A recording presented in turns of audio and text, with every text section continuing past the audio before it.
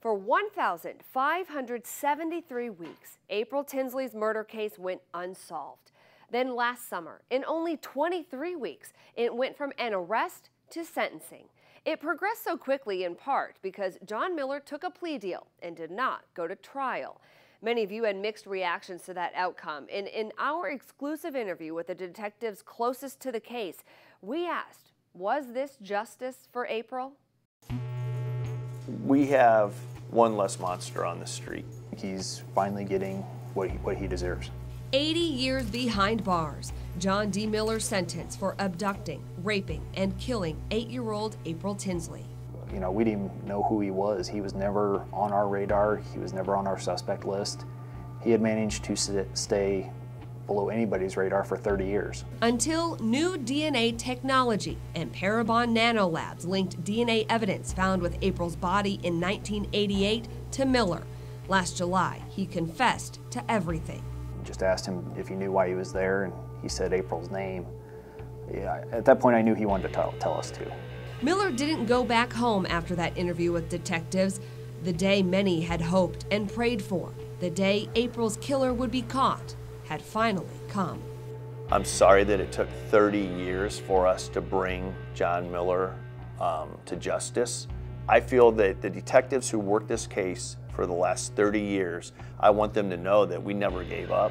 We never gave up trying to get justice for April and for the Tinsley family. Detectives immediately started preparing for a trial. There is so much documentation in this case that I think we spent probably the first month of it just taking old totes, boxes, everything else, and scanning old VHS tapes, cassette tapes, everything else, trying to make everything digital and putting it on a hard drive for evidence. If it went to trial, we were going to be prepared. It would have been a long trial. It would have been a very long trial. You had to present everything that's ever been done on the case, and it was boxes on boxes on boxes, and that's from every department. But the case never reached a jury. Miller accepted a deal, pleading guilty to murder and child molesting. It also allowed the 59-year-old to avoid the possibility of the death penalty. Did you know that there was going to be a plea deal? Not initially. As time went on, it became apparent that there would probably be a plea. And I think some of that was also maybe facilitated or talked about by Mr. Miller and his legal team themselves. The evidence was overwhelming against Mr. Miller. Did you want to go to trial? I like my cases to go to trial because I think that there are a lot of questions that are answered in a trial, but I also know that it would have been very difficult for the family to hear some of the things that Mr. Miller talked about. And I feel that Mr. Miller is going to do the rest of his life in prison, and that is ultimately, that's the end game. That's where what we ultimately all want is for him to be incarcerated and never be on our streets again, and I feel we accomplished that.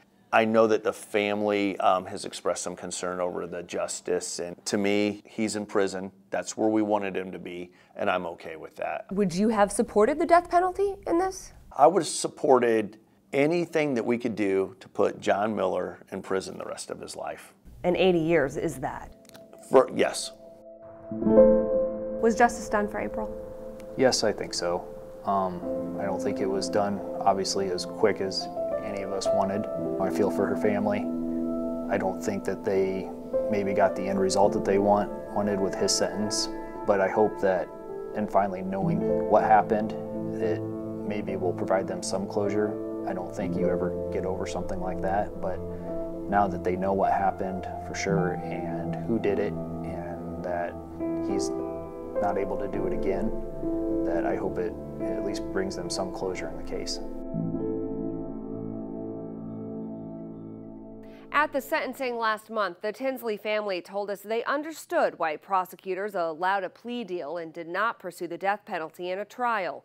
Miller is now serving his 80-year sentence in the Newcastle Correctional Facility. I requested an interview with him, but the prison told me he's ineligible because of his security status. They would not elaborate beyond that. You can see all of our stories from today with the detectives, plus web-exclusive questions right now on WANE.com. In Studio 15, Alyssa Ivinson for 15 Finds Out.